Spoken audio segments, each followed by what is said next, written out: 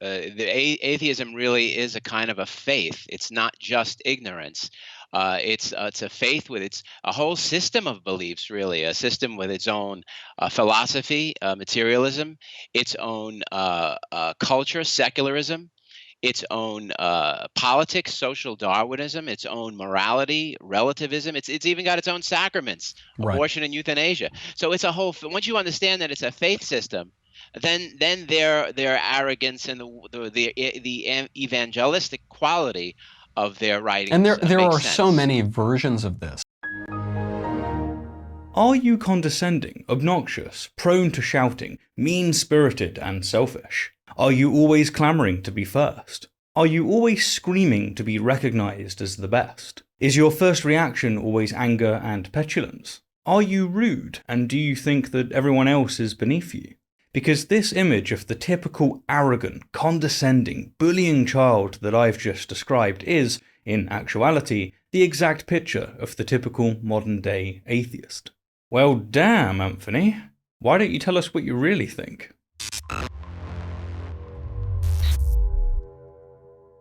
An atheist, a vegan, and a CrossFitter walk into a bar.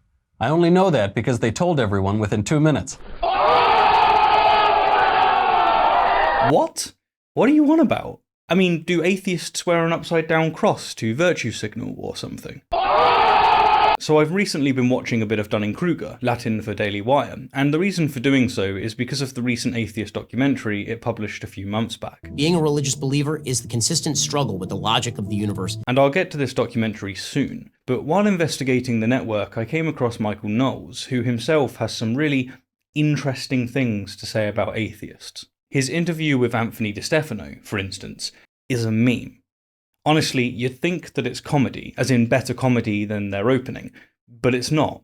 They're dead serious. What follows is some of the most cringy Christianity you're ever gonna witness, and it doubles down as a quintessential example of projection. I'd say enjoy, but that is simply not an option. We talk a fair bit about faith and philosophy and science on this show, and sometimes we're even respectful of those with whom we disagree.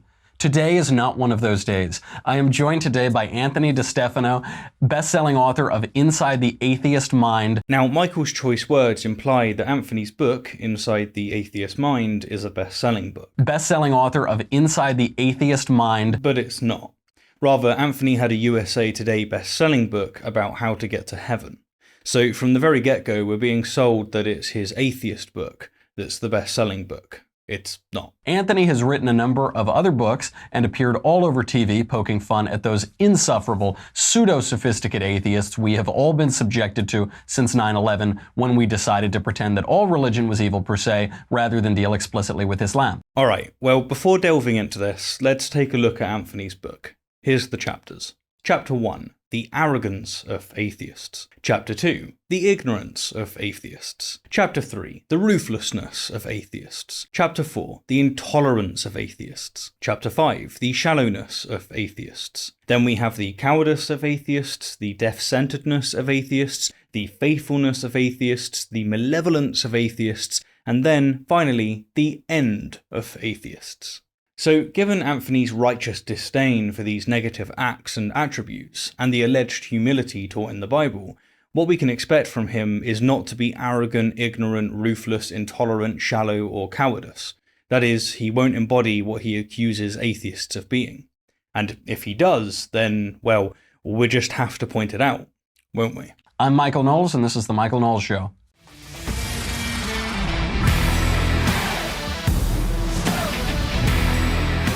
Before we get to all of that, before we get to talk about this book, which I have really enjoyed, we got to make a little money, honey. Well, talking of money, I've got a pretty fascinating opportunity to discuss. In an ideal world, that is, one in which God created us with sufficient resources to focus on self-actualizing pursuits, money wouldn't be an obstacle.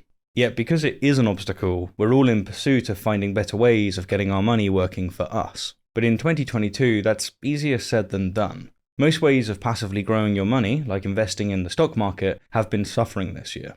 In fact, according to the Bank of America, which reports the average portfolio of stocks and bonds that millions of us rely on, is down 34% this year alone. That's its worst performance in a century. But here comes that opportunity I mentioned. It's called Masterworks. Masterworks is a unique platform that lets you invest in multi-million-dollar art by legends like Picasso and Banksy, but for a fraction of the price.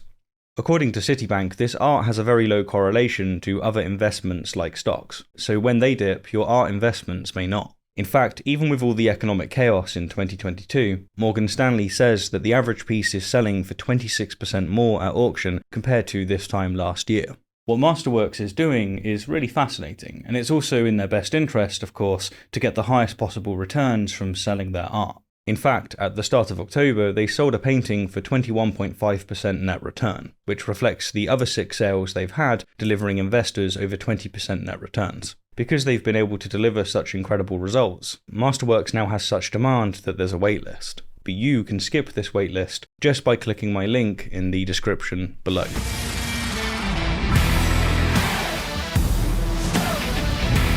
I will begin, before we bring our guest on, by quoting from an early part of the book. Anthony writes, quote, "If you are a militant atheist, this book is not for you. It's about you. This book is also not meant for agnostics who are sincerely searching for the truth. The focus of this book is on those obnoxious and aggressive new atheists who not only reject God, but also wish to evangelize the whole world with their gospel of nothingness. Too many books written in response to these pseudo-intellectual blowhards have been altogether too nice." I like it. You know, we get a little too nice sometimes. Right, and sometimes atheists, who have been responding in the literature respectfully for centuries, get tired of being nice as well. That was, in fact, the central thrust of the New Atheist movement. Atheists were getting tired of the religious claiming jurisdiction over the experience of everyone else. Its central message was, you can have your religious toys, but you are not to make me play with these toys. Enough with clerical and religious bullying and intimidation. Is that finally clear? Have I got that across? Thank you. Let's bring Anthony on so we can talk about this. Anthony, thank you for being here. Thank you for having me. I'm thrilled. So you write this book about the New Atheists, and the New Atheists we all remember, that's Christopher Hitchens, who's right. I actually love his writing, but his points about religion. Me too. Yeah, Me a too. lot of us do. Because he's such a wonderful wordsmith, but his points about religion are ridiculous. Are they now? All of his points on religion, including what he had to say about Islam. Because Hitchens and Harris went ham on Islam. Or was it only Hitchens' comments on Islam that also happen to apply to Christianity that are ridiculous? If so, that's very convenient. Richard Dawkins, Daniel Dennett, Sam Harris. I want to know, the 4 horsemen of the apocalypse, how did these guys crop up, and why did they all crop up around the same time in the early 2000s? You know, it's just a question of atheists gaining more power. Once they had more power politically, and once they had more power in the media and power in Hollywood, once they had more power, they reared their ugly heads. Really? It's all about political power, is it? Well, Sam Harris has said multiple times that the end of faith was motivated by 9/11, which he explicitly held Islam responsible for. And Dawkins, who had for decades been debating creationists, wanted to publish his God Delusion years before his publisher gave him the green light. And what about the fact that at the time we were witnessing a major swing towards atheism among laypeople, a trend that has, indeed, only continued? Anthony doesn't think that any of these played a role in the movement. Really? Evidently not. So, with no references at all, Anthony is certain that it was all simply about power. Not a great start. In fact, I'd say that this is abysmally shallow. But this is nothing new. This kind of rabid anti-God rhetoric has gone right back to the days of Nietzsche and all those existential atheists of the 19th century. But they got some power now, and they were able to get a little brave. Well, yeah. Rather than allowing Christians and religious people more broadly to treat women as second-class citizens, homosexuals like scum, and atheists as heretics, there was finally enough of us to tell the righteous to cease sticking their cross down our throat. And the only reason it was brave is because, until recently, it was extremely dangerous to act in a way other than according to the bigotries of evangelical Christians. Switching gears, when Anthony says that anti-God rhetoric goes back to the 19th century with Nietzsche, this kind of rabid anti-God rhetoric has gone right back to the days of Nietzsche. He's speaking nonsense. He's being, at best, ignorant.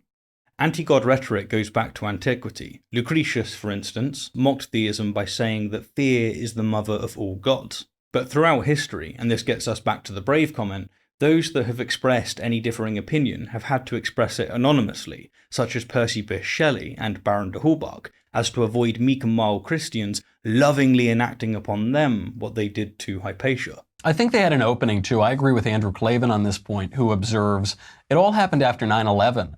And 9/11 presented us with this problem, which is that clearly at least one religion has a big problem to deal with.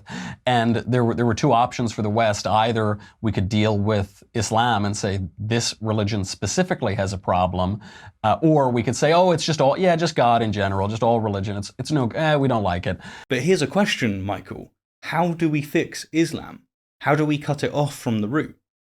As Harris put it in his book that launched New Atheism, the greatest problem confronting civilization is not merely religious extremism. Rather, it is the larger set of cultural and intellectual accommodations we have made to faith itself. And guess what? The accommodations we have made are of epistemic concern, which obviously applies to all religions. Some Muslims claim that women don't have the right to learn based on faith, and some Christians claim that women are not entitled to their own body based on faith. Faith is the problem. And while it permeates in many ideological frameworks, we've got to clean our own room, don't we, before we have any right to suggest that others clean theirs. And there was this combination, which you write about, of arrogance and ignorance. You talk about the arrogance of the New Atheists, then you write about their ignorance. Mark Twain wrote, "It ain't what you don't know that gets you into trouble, it's what you know for sure that just ain't so." Yes, precisely. Faith is the problem. As Twain put it elsewhere, faith is believing what you know ain't so. And guess what? Christianity and Islam and Judaism and Hinduism and indeed all religions treat faith as if it's a virtue. And consequently, they claim dominion over others based on what they know ain't so.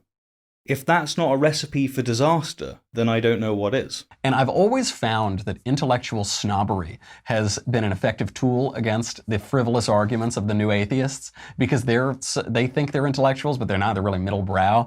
Okay, so this is one of Michael's main talking points when it comes to atheism. He makes out that if you know a little bit of information, then you'll likely lean towards atheism, whereas if you know a lot of information, you'll likely lean towards theism. But this just ain't so. It's faith, Michael. The evidence overwhelmingly suggests that the smarter you are, the less likely you are to believe in God. That's just the case. Stop pretending otherwise. 4 out of 5 philosophers are atheists, and 9 out of 10 elite scientists are atheists. So while Michael is being snobby and arrogant, we've got to give him that.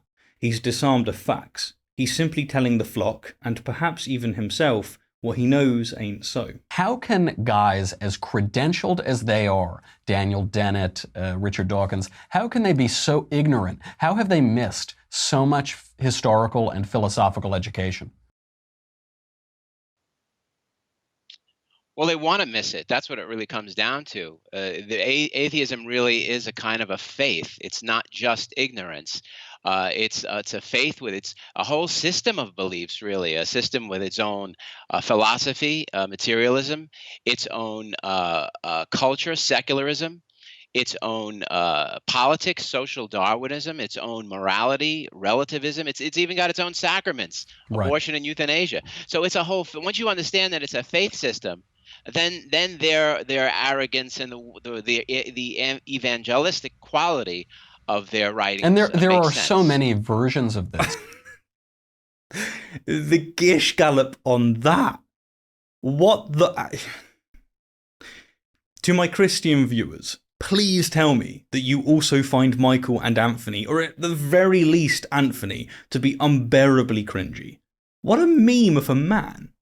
But alright, let's go over the gish gallop again. One claim at a time. How can guys as credentialed as they are, Daniel Dennett, Richard Dawkins, how can they be so ignorant? How have they missed so much historical and philosophical education? Now, I've got to say, one would genuinely struggle to find a clearer case of projection than what Michael has just given us. Every word he expresses on the topic of atheism exposes the historical and philosophical education that he's missed. This is like watching people pretend that Christians believe in a literal man in the sky. It's adorable.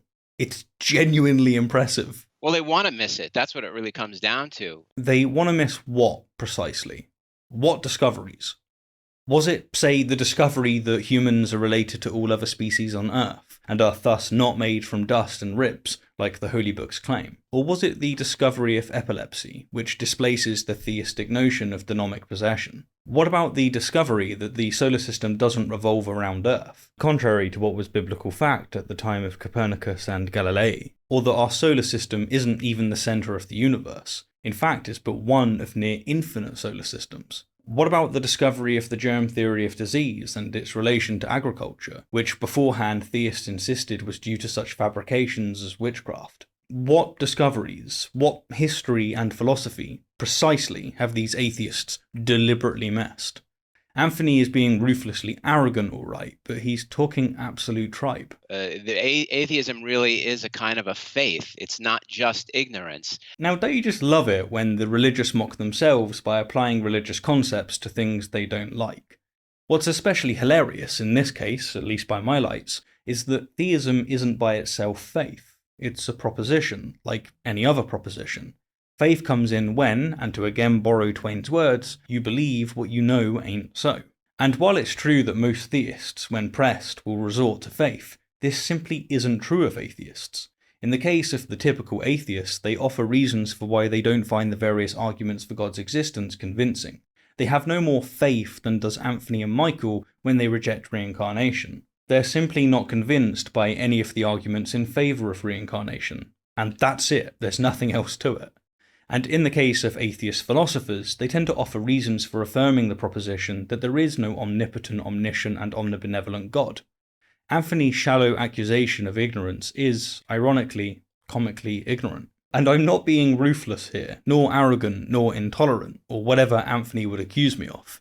Anthony just is ignorant, and that's the nicest way I can put it, especially given how ruthlessly arrogant he's been in his ignorance.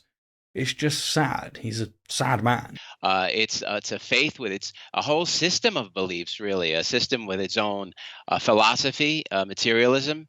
So materialism or physicalism is the thesis that everything is physical. And as anyone who's even remotely considered atheism would immediately recognize, atheism doesn't presuppose materialism. Anthony is simply factually incorrect on this. He's again ignorant at best. Its own culture, secularism. Really? I mean, a culture is the ideas, customs, and social behaviour of a particular people or society. And the problem for Anthony, of course, is that secularism is as much a culture as is democracy and freedom of speech. It has cultural impact, no doubt, but it isn't in itself a culture. It's a single stance and a single matter. As, again, Hitchens put it, I'm perfectly happy for people to have these toys and to play with them at home and hug them to themselves and so on and share them with other people who come around and play with the toys. So that's absolutely fine. They are not to make me play with these toys. Further still, it's simply not true that atheists are necessarily secularists. For instance, some denominations of Buddhism don't believe in a god, and so are atheistic, and yet many of them want religion to control governmental affairs. And on the flip side, there are many theists that defend secularism. Such theists are known, in fact, as secular theists. Anthony is, then, can you believe it, displaying ignorance of basic concepts. Its own politics, social Darwinism. Social Darwinism is, in a nutshell, the view that the strong should see their wealth and power increase, while the weak should see their wealth and power decrease, per natural selection. And I've always found it especially ironic for American Christians to accuse atheists of holding this view, because American atheists tend to desire a welfare state to ensure equal opportunity and a life worth living, no matter what kind of lottery you was given in terms of genetics and socio-economic opportunity. American Christians, on the other hand, tend to vote against the welfare state and thus aim to establish something more akin to social Darwinism. But more to the point, Anthony is, surprise, completely and utterly incorrect when he claims that atheism has its own politics. Again, I say, Anthony is a meme of a man. Its own morality, relativism. Good point. Oh no, wait, no it's not. Oh, it's Anthony speaking, so it's crap again, isn't it? Some atheists are moral relativists, some are not. And in my experience, most are not, including, of course, Sam Harris, someone that they've been slagging off and continue to slag off and misrepresent at length. It's even got its own sacraments, abortion and euthanasia. Again, some atheists are pro-abortion, some are not. Some atheists are pro-euthanasia, some are not. The proposition of atheism has nothing to say on these matters. It's as simple as that. So it's a whole. Once you understand that it's a faith system, then their arrogance and the evangelistic quality of their writings. And there are sense. so many versions of this. I repeat, way to mock yourself by applying theistic terms to atheists. You know, I've got to admit, Anthony's gish galloping here is among the most impressive I've ever seen.